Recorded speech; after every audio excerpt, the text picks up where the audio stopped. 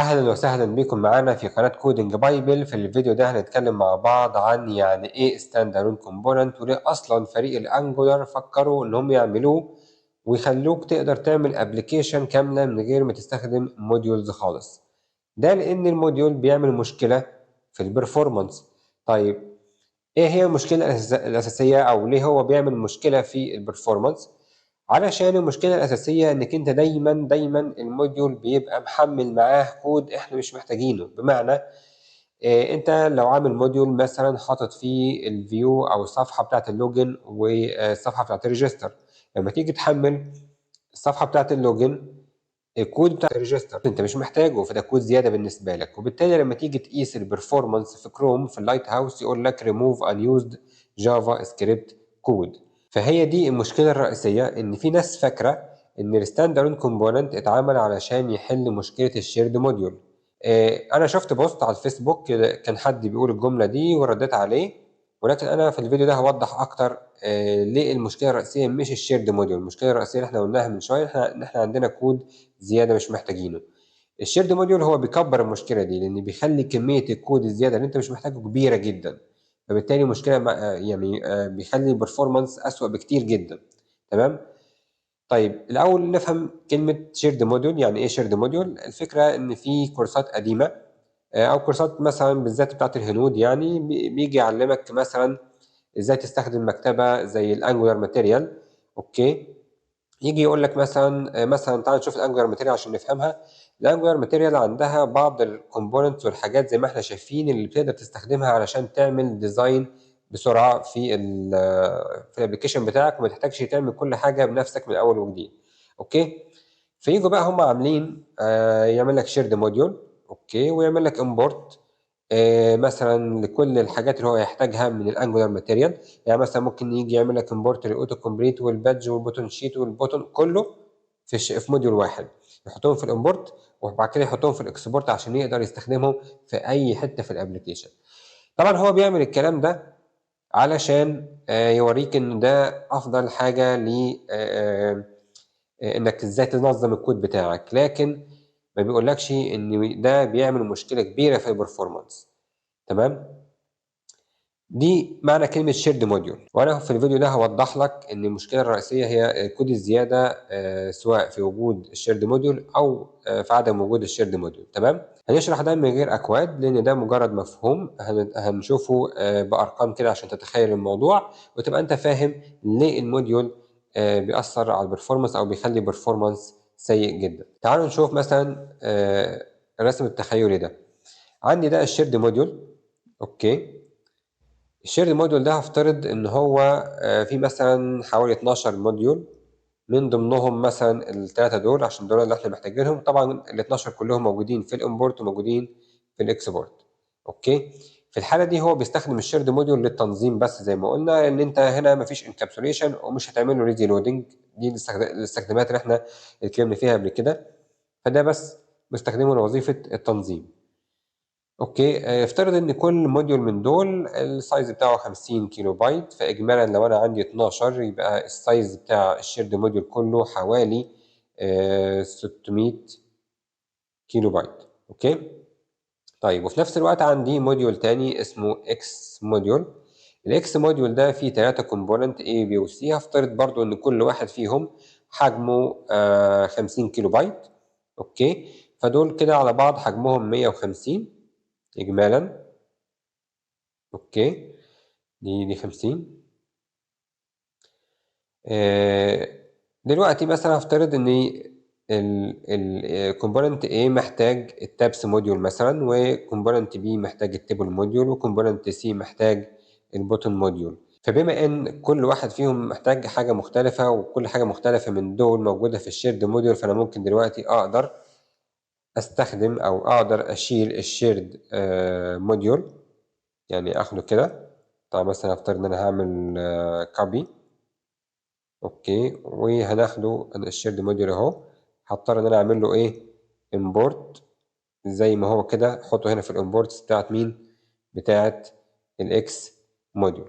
في الحالة دي هيبقى عندي الsize بتاع الX module كله عندي 150 وعندي ده 600 أوكي، فيبقى الإجمالي بتاعي كام؟ 750 كيلو بايت. أوكي. طيب دلوقتي وهافترض كمان إن عندي كل component من دول بيعرض صفحة خاصة بيه، هافترض مثلًا ده بيعرض صفحة مثلًا URL/A وده /B والتاني /C. أوكي. تعالَ نفكر مع بعض إيه اللي بيحصل لما العميل بتاعي يفتح مثلًا الصفحة /A. إيه اللي بيحصل؟ كروم هينزل الmain.js. الmain.js هيشوف الURL بتاعك هو /A، فهيدوّر مين الcomponent المسؤول عن /A، هيلاقيه component A، وهيعرف إن الcomponent A ده موجود في الX module، وفرضًا إن الX module ده معمول له lazy loading فالكود بتاعه مش موجود، فهيخلّي كروم يعمل download للX module اللي هو الsize بتاعه كام؟ 750. طيب أنا فعليًا عايز أفتح الصفحة A بس، الصفحة A اللي هي محتاجة الtabs module، الcomponent A المسؤول عن الصفحة A حجمه 50. أوكي، والtabs module حجمه 50، فيبقى اللي أنا محتاجه فعلًا 100. أنا هنا محتاج فعليًا 100، لكن كروم بيعمل download لقد إيه؟ 750، يعني تقريبًا 7 أضعاف، وده بيعمل مشكلتين. المشكلة الأولى إن كروم هياخد وقت أطول في الdownload، أكيد كروم هياخد وقت حوالي 7 أضعاف الوقت اللي هياخده عشان ينزل 100 كيلو. تمام؟ زائد كمان الكود اللي هيقراه هنا أكبر بكتير من اللي هنا، من ال100. الكود اللي موجود في 750 أكبر بكتير من الكود اللي موجود في 100 كيلو بايت، فبالتالي هو هياخد وقت أطول عشان يقرا الكود ده كله. تمام؟ وده معناه إن الperformance بيبقى سيء جدًا، جدًا، جدًا. طبعًا هو الكود الزيادة ده مش بس بيأثّر على كلمة remove unused JavaScript code، لأ هو في قياسات تانية بيأثّر عليهم في الperformance هنتكلم عليهم في الآخر، بس خلّينا نكمّل المثال بتاعنا دلوقتي. طيب دلوقتي هتقول لي طب ما خلاص تعالَ نشيل الshared module، مش هنستخدمه خالص، ماشي، وهاجي أحط الtabs module لوحده هنا، يعني هاخد ده هنا الtabs module والtable أوكي، والbutton، افترض إن هُم اتحطّوا هنا لوحديهم وإحنا خلاص شِلنا الshared module مش عايزينه. تمام. هيبقى في الحالة دي الsize بتاعه مش 750، هيبقى عندي 150، وكل واحد من دول 50، يعني الsize بتاع الX module بقى كام؟ 300. صحيح المشكلة قلّت بس ما زالت موجودة، لإن أنا في النهاية برضه ما زلت محتاج 100 كيلو بايت وأنا بانزّل 300، فالمشكلة برضه ما زالت لسه موجودة، إحنا ما اتخلّصناش منها تمامًا. دي المشكلة، سواء موجود shared module أو مش موجود، المشكلة إن إحنا عندنا كود JavaScript زيادة إحنا مش محتاجينه. طيب الحل إيه؟ الحل إن لازم كل view أو كل صفحة يكون مسؤول عنها module واحد، يعني مثلًا الcomponent A مسؤول عن الصفحة A، فبالتالي أعزله في module لوحده، وأعمل وأعزل ده في module لوحده، وده في module لوحده. ده الحل الوحيد إنك تستخدم لكل صفحة الكود اللي محتاجه بالضبط. لو أنت عزلت الطريقة دي، مثلًا عزلت component A في module لوحده، فتستخدم معاه الtable module لوحده، فهيبقى عندك ال100 كيلو لوحدهم بينزلوا لوحدهم وشكرًا، كده تمام. بس ده في حد ذاته مشكلة، إن أنت لو عندك application كبير مثلًا فيه حوالي 100 صفحة، هتعمل 100 component جنبهم 100 module، فهتبقى عندك ملفات كتيرة على الفاضي ما لوش لازمة. طب الحل التاني إيه؟ إن إحنا نخلّي كل component يستقل بذاته، ما يعني مش لازم كل component يبقى معتمد على module. ده المنطق الوحيد اللي إحنا ممكن نعمله، وده هو الstand alone component. هُم عملوا stand alone component عشان ما يبقاش معتمد على الmodules، زائد إن هُم حطّوا جواه الimports property علشان تقدر تعمل import للحاجة اللي أنت محتاجها. يعني في وجود stand alone component هنفترض إن الcomponent A بقى لوحده خلاص stand alone، هيبقى جواه property اسمها imports، هاحط جواها الtable module اللي هو محتاجه وشكرًا. هتقول لي طيب ما إحنا بنعمل lazy loading للmodule ودي حاجة كويسة. طب ماشي أوكي، ما هو سهل عادي، عملوا لك lazy loading للcomponent، فبالتالي أصبح من السهل جدًا إنك تعمل application كاملة من غير ما تستخدم الmodules نهائي. طيب هتقول لي كده يبقى إحنا كده خلاص ممنوع نستخدم modules تانيين، لأ، حالة واحدة بس تقدر تستخدم فيها الmodule. لو هافترض إن أنت عندك 3 module مثلًا A وB وC برضه مثلًا، وال3 دول ما ينفعش تستخدم واحد لوحده، يعني لازم تستخدمهم هُم ال3 مع بعض، أوكي، يا ما تستخدمهمش خالص. في الحالة دي طالما هُم ال3 يعني بيعملوا نفس الحاجة أو هُم 3 مثلًا محتاجهم عشان يعملوا حاجة واحدة أو مشتركين في إنشاء حاجة واحدة، يبقى حُطّهم في module، إنّك أنت لمّا تيجي تستخدمهم في component تاني هتضطر إنّك تعمل import component A import ب ب sorry import A component import B component import C component. طَب ليه؟ حُطّهم في module لوحده واستخدمهم، تمام؟ بمعنى مثلًا ناخد مثال مثلًا لو أنت هتعمل الأكورديون مثلًا بنَفْسك، فممكن تعمله على 2 components مثلًا، ممكن تعمل accordion header وaccordion body، هُم الاتنين دول بيعملوا نَفْس الحاجة، هُم الاتنين مشتركين إنهم يعملوا في النهاية accordion، فأنت مش منطقي إنّك أنت تعمل import accordion header component import accordion body component، لأ أنت هتعمل الاتنين مع بعض في module واحد تسميه accordion module وخلاص، في الحالة دي أوكي، تقدر تستخدم الmodules. طيب ليه أنا دلوقتي باتكلم في النقطة دي قبل ما نبدأ في المشروع بتاعنا اللي إحنا أصلًا هنشتغل فيه بالنظام القديم بالmodules، علشان تبقى أنت فاهم النقطة دي، تبقى أنت فاهم لو أنت حابب تطبّق الموضوع ده بإنك تعمل حاجة بالنظام القديم والperformance بتاعها يبقى ممتاز، تقدر تطبّق الفكرة دي إن كل view يبقى له module.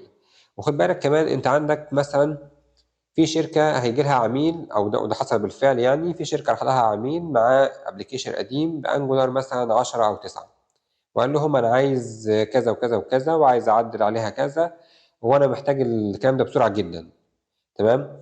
فبالتالي الشركة مضطرة إن هي تشتغل على Angular 9 أو Angular 10 في وجود Angular 17، يعني هو بالرغم إن في Angular 17 نزل والأداء بتاعه أحسن، هيعملوا إيه؟ هم ما عندهمش وقت، هم العميل بتاعهم مستعجل وعايزين يطلّعوا الحاجة بسرعة، فده option تاني إنّك أنت تقدر تعمله في application بإصدار قديم، أوكي؟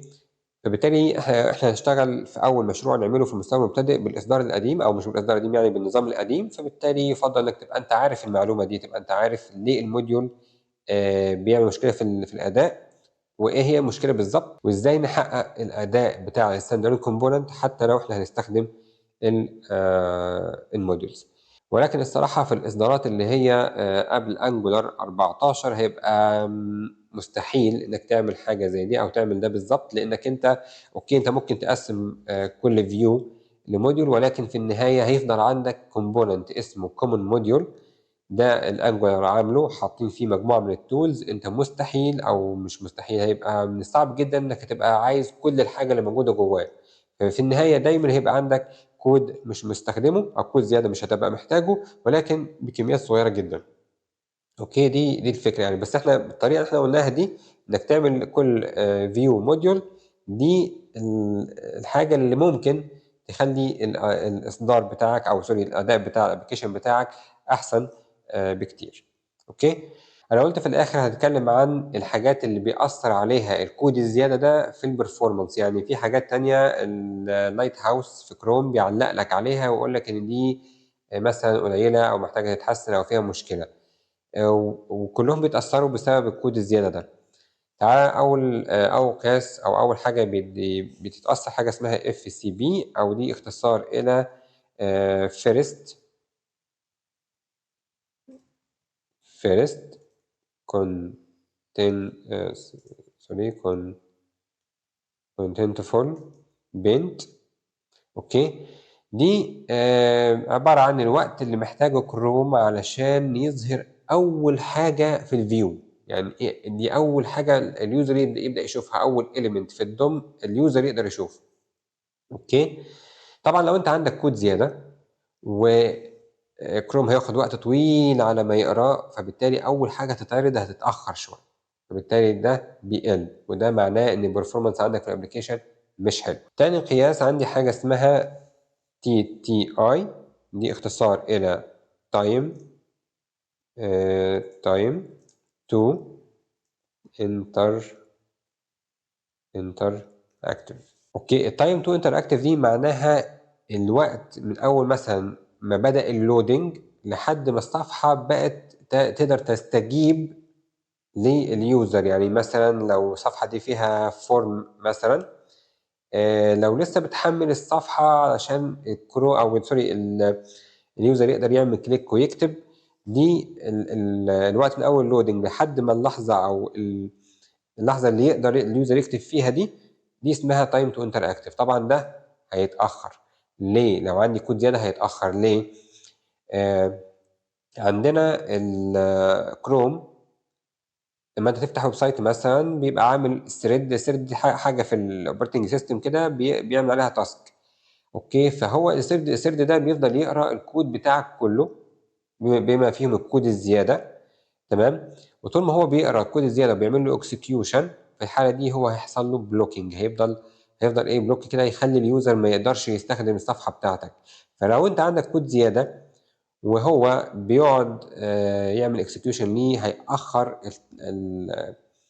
اليوزر على إن هو يقدر يعمل click على button مثلًا، يعمل click على URL، يكتب حاجة في الform، الكلام ده كله. ده كل الموضوع. أتمنى دلوقتي إنك تكون فهمت إيه المشكلة في الmodule، إزاي تقدر تستخدمه وأنت حاطط في دماغك الperformance هتحسّنه إزاي، الكلام ده. أوكي، وكده نكون وصلنا لنهاية الفيديو بتاعنا، وشكرًا جزيلًا للاستماع.